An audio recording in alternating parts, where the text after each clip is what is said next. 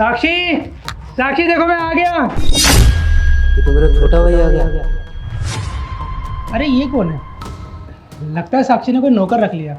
चलो अच्छा है, इस बहाने उसको भी मदद मिल जाएगी। सुनो, एक बार घूमना, आपसे कुछ बात करनी है। अरे भैया सुनाई नहीं दे रहा क्या आपको? एक बार घूमो, मुझे आपसे कुछ बात करनी है। बड़ा बदतमीज है। अरे मैं तुमसे बात कर रहा हूँ, बोला ना घूमो।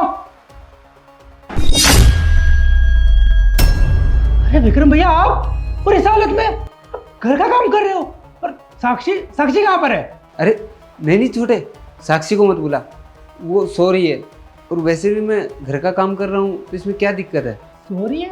अरे साक्षी के होते हुए आपको घर का काम करने की क्या जरूरत है? अरे आप इस घर के बड़े हो, आपको ये शोभा नहीं देता। और एक मिनट भैया, आपके चेहरे को देख करके लग रहा है कि आप बहुत ज़्यादा परेशान हो। आप मुझसे कुछ बात मत छुपाओ, सच सच बताओ कि असल में चल क्या रहा है यहाँ पे। देखा, अब भी चुप हो आप, जरूर कुछ छुपा रहे हो। एक काम करता हूँ, आप तो बताओगे नहीं, साक्षी से पूछता हूँ। साक्षी! नहीं छोटे, मैं बताता हूँ। दरअसल बात क्या ना, साक्षी ने मुझे इस घर का नौकर बना के रख दिया है। घर के सारे काम मुझसे करवाती है। और जब तू चला जाता ना, तो मुझे धमकी भी देती है कि अगर तुमने घर के काम नहीं किए ना, तो तुझे घर से बाहर निकाल दूंगी। क्या साक्षी आपके साथ ये सब कर रही है? भैया एक बात बताओ, आपके साथ इतना कुछ हो रहा है तो आपने मुझे पहले क्यों नहीं बताया? क्यों छुपाया मेरे से ये सब कुछ? अरे कैसे बताता भाई, उसने मेरा फ़ोन भी छीन लिया था। और उसने मुझे धमकी दी थी कि अगर मैंने तुझे बताया ना, तो तुझसे तलाक ले लेगी और तुझ पे झूठे मुकदमे लगाकर तुझे जेल भिजवा देगी। इसलिए मैं डर गया था। अच्छा, उसकी इतनी हिम्मत? कोई बात नहीं भैया, उसे तो मैं बताता हूँ। साक्षी, साक्षी बाहर आओ एक बार। अरे संदीप, आप बॉर्डर से कब आए? और भैया ये क्या कर रहे हैं आप? आपको बोला ना मैंने आराम करने के लिए, आप पता नहीं क्यों ये काम करने लग जाते हैं। छोड़िए। चुप करो साक्षी तुम। मुझे ना तुम्हारी सारी सच्चाई पता चल गई है कि किस तरह से तुम भैया को इस घर में नौकर की तरह रख रहे हो। अरे संदीप, ये कैसी बातें कर रहे हो तुम? मैं तुम्हारे भाई को नौकर क्यों बना के रखूंगी? झूठ मत बोलो साक्षी, भैया ने मुझे सब कुछ सच बता दिया है। अरे मैं बॉर्डर पर रहता हूँ, देश की रक्षा करता हूँ, पर यहाँ तो कुछ अलग ही चल रहा है। यहाँ मेरे घर में ही मेरे भैया सुरक्षित नहीं है, उनके साथ गलत किया जा रहा है। अरे मुझे तो ये समझ नहीं आ रहा कि तुम उनके साथ ये सब कर क्यों रही हो। अरे छोटी बहन की तरह मानते हैं वो, तुम्हें परिवार मानते हैं, और तुम्हें उनके साथ ये सब कर रहे हो। उनको नौकर बना के रखा हुआ है। अरे चुप क्यों खड़ी हो मेरे सामने? जवाब दो मुझे। हाँ तो मैं क्या करती संदीप? तुम्हें पता भी है, तुमने जब से इनको यहाँ पर बुलाया गांव से, मुझे कितनी प्रॉब्लम होती है। तुम खुद तो चले जाते हो मेरी जान पे इनको छोड़ के, मुझे इनका सब कुछ करना पड़ता है। इनको खाना दो, इनके कपड़े धो, पूरे दिन बस इनके आगे पीछे घूमते रहो। ऊपर से बीमार अलग से हैं, कब तक करूं मैं इनका? अरे इनके चक्कर में मैं कहीं आ जा नहीं पाती हूँ, अपने घर नहीं जा पाती हूँ, शॉपिंग पे नहीं जा पाती हूँ।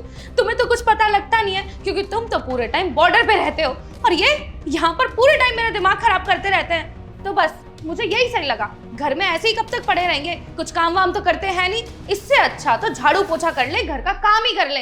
इस वजह से मैं इनसे घर के सारे काम करवाती हूँ, क्योंकि घर से बाहर निकालूंगी तो तुम्हें दिक्कत हो जाएगी फिर।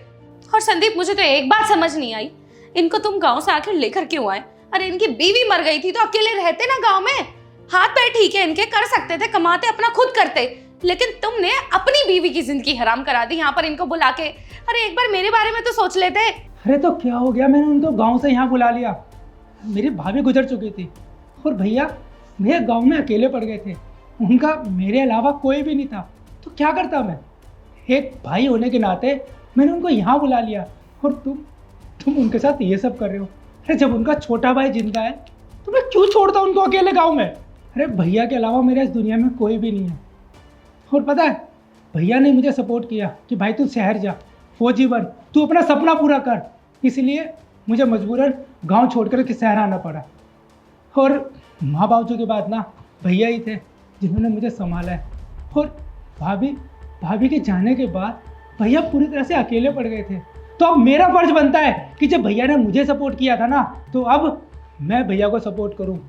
और देखो, अगर तुम्हें भैया से इतनी ही दिक्कत है ना, तो तुम जा सकती हो इस घर से, क्योंकि मैं भैया को अकेला नहीं छोड़ सकता, क्योंकि भैया ही मेरे परिवार है।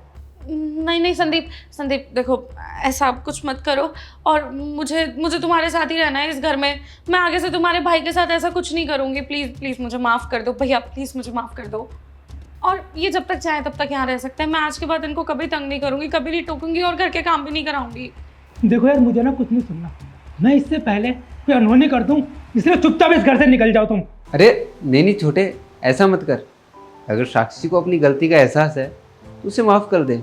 और वैसे भी वो नादान है, और मैं नहीं चाहता कि तुम दोनों का रिश्ता ख़राब हो। तुम्हारी भाभी भी चली गई, अब तुम दोनों का रिश्ता ख़राब नहीं होना चाहिए। हम एक परिवार हैं और एक परिवार की तरह इस घर में रहेंगे। माफ़ कर दे इसको। ठीक है भैया, आपके कहने पे मैं इसको माफ़ कर देता हूँ। पर हाँ साक्षी, याद रखना, ये तुम्हें लास्ट वार्निंग दे रहा हूँ। आज के बाद तुमने कभी भी भैया के साथ ऐसा सलूक किया ना, तो मुझसे बुरा कोई नहीं होगा। और साक्षी याद रखना, ये एक परिवार है, और एक परिवार तभी अच्छे से चलता है जब सब जने मिलजुल करके रहते हैं।